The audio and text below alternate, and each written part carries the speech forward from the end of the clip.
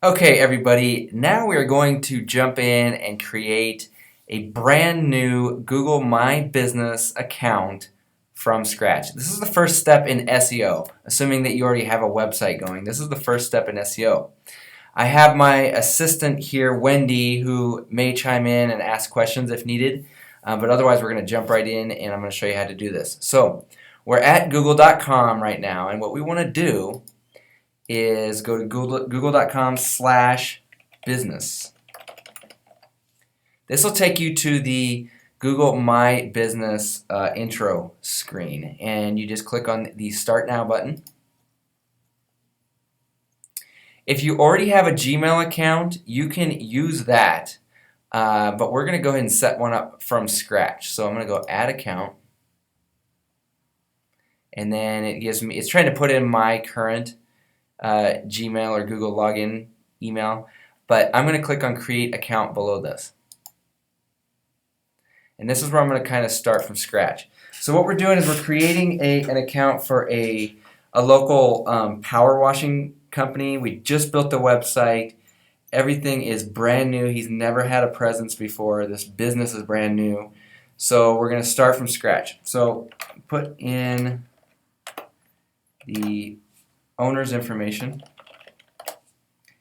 And as far as the Gmail account I'm going to try Missoula PW. His business name is Missoula Power Washing. Missoula, Montana. That's where we're located right now. I'm going to create a password for him. Let's see. I'm not going to let you guys see my password here. And I believe, let's see, I'm going to get as close as I can to the birth date. Doesn't really matter.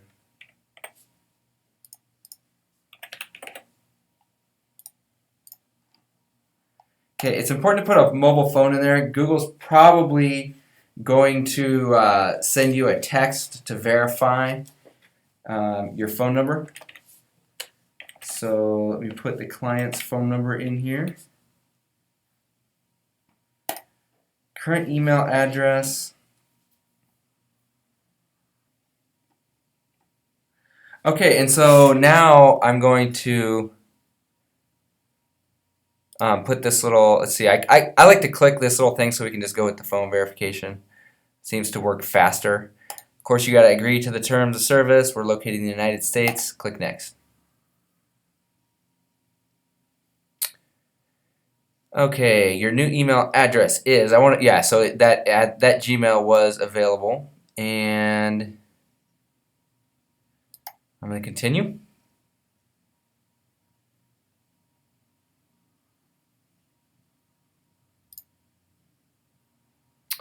Okay, so his business does not currently is not currently registered with Google. So I'm going to, if your business already exists or your client's business already exists, you want to search their current address. I'm creating a new one from scratch. So I'm going to use his, and he's working from home.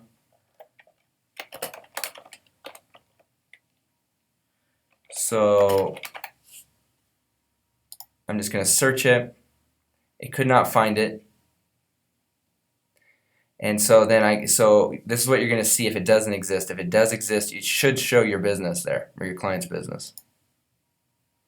Okay, so now when I go to fill in the information, I'm going to fill in all of his exact business information. Spelling is very important here. And this is going to kind of set the precedent for how the business appears not only on Google but across the whole internet. So it's very important that you get all of this, and you can change this, but it can be kind of a pain. But it's important that you get this as close to correct as possible. Even little things like for example, the street is 101 High Park Way. I'm going to spell out way. I'm not going to put like W-Y, or if it's avenue. I will spell out the word avenue. I'm not just going to put A-V-E. Same with street. I'm not just going to put S-T. I'm going to put the full name street. So, and I'm going to put it like that across the internet as a whole when I start going and registering all the other properties that I'm going to show you guys how to do. Zula.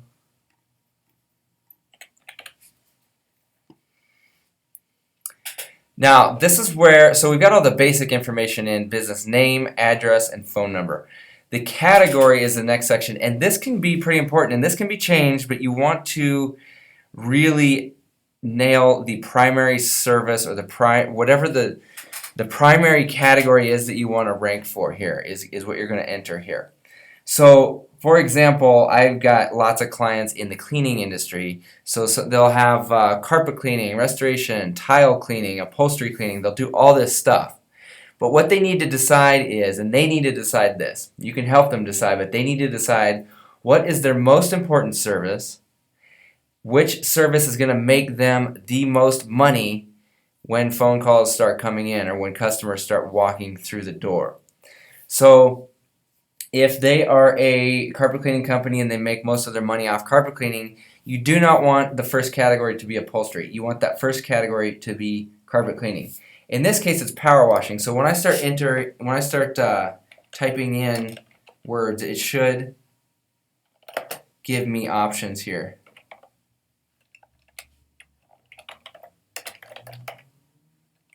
It's not giving me power washing. Let's see what else we can do. Pressure washing is another name. Pressure washing service, perfect. Okay, so I'm going to choose that one. And then you can add more categories later on, but at this point we just want to get our primary service, primary category nailed down. And so, and then the next option is a little checkbox that says, I deliver goods and services to my customers at their location. This is extremely important because when you check this, you're basically saying that you work from home. If you work from home, if you work from a residential address, you must check this.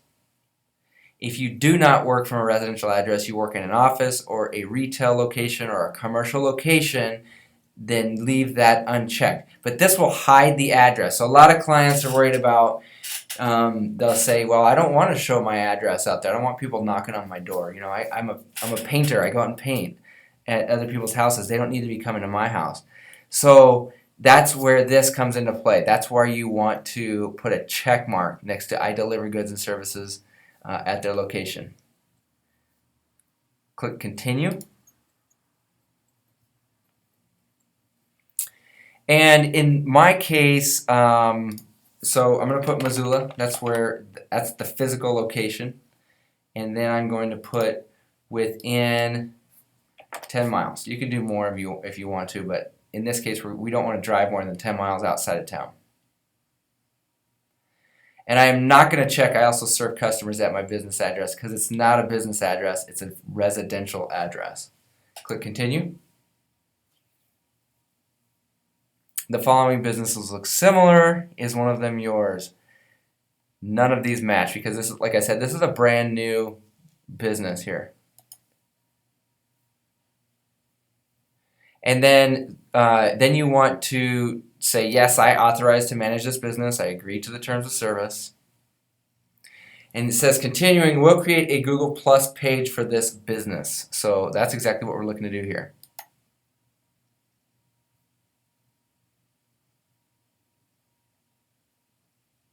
Okay, now after you've gone through all of those preliminary steps to create the page, it's going to bring you to a screen that's going to ask you how you want to get your verification code. Once in a while, if it's an existing business that Google feels is legitimate and has been around for a while, it'll allow you to verify by phone. But most of the time, it's going to want to send out a postcard with a code on it to the location, whether it's commercial or residential. So it's going to say by mail at, and I'm going to click mail. And I'm going to put just my name for attention, just because I want I want them to know that when they get this postcard, that it's from their SEO guy, their marketing guy. So I'm going to click send postcard. Okay. So that postcard should show up in 1 to 2 weeks is typically what we've been seeing. If it doesn't show up in 30 days, we're going to call Google, have it resent, or sometimes when you call them, they'll just verify it right there on the spot. So I click continue. Now, there's really nothing else I want to do at this point until I get that postcard, okay? Because sometimes Google will change the address a little bit based on whatever addresses they have within their system, such as, like I was talking before, like whether it's Ave or Avenue or ST or Street. You want to match to whatever Google comes up with. So we'll wait for that postcard to show up. We'll come back in about a week or two. I'll show you what the postcard looks like. You want to make sure you tell your clients to expect this postcard and not to throw it away, because a lot of people think it's a junk mail. Okay, see you in the next video.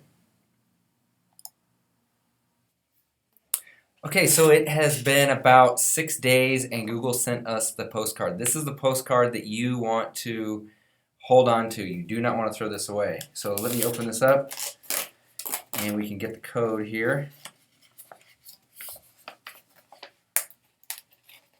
The super secret code. There it is. This code is going to work one time.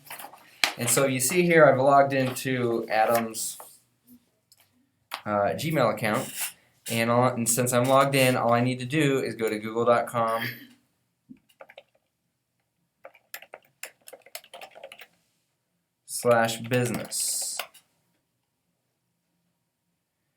And this takes us to the screen where he can edit information on his Google My Business account.